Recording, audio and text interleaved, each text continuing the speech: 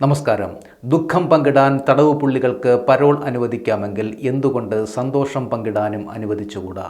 ചോദ്യം മുംബൈ ഹൈക്കോടതിയുടേത്. പഠനത്തിനായി ഓസ്ട്രേലിയയിലേക്ക് പോകുന്ന മകനെ യാത്ര അയക്കാൻ വിവേക് ശ്രീവാസ്തവ് എന്ന തടവ് പുള്ളിക്ക് പരോൾ അനുവദിച്ചുകൊണ്ടാണ് ഡിവിഷൻ ബെഞ്ചിന്റെ പരാമർശം. 2012 കൊലപാതക കേസിൽ ജീവപര്യന്തം ശിക്ഷ അനുഭവിക്കുകയാണ് ശ്രീവാസ്തവ്.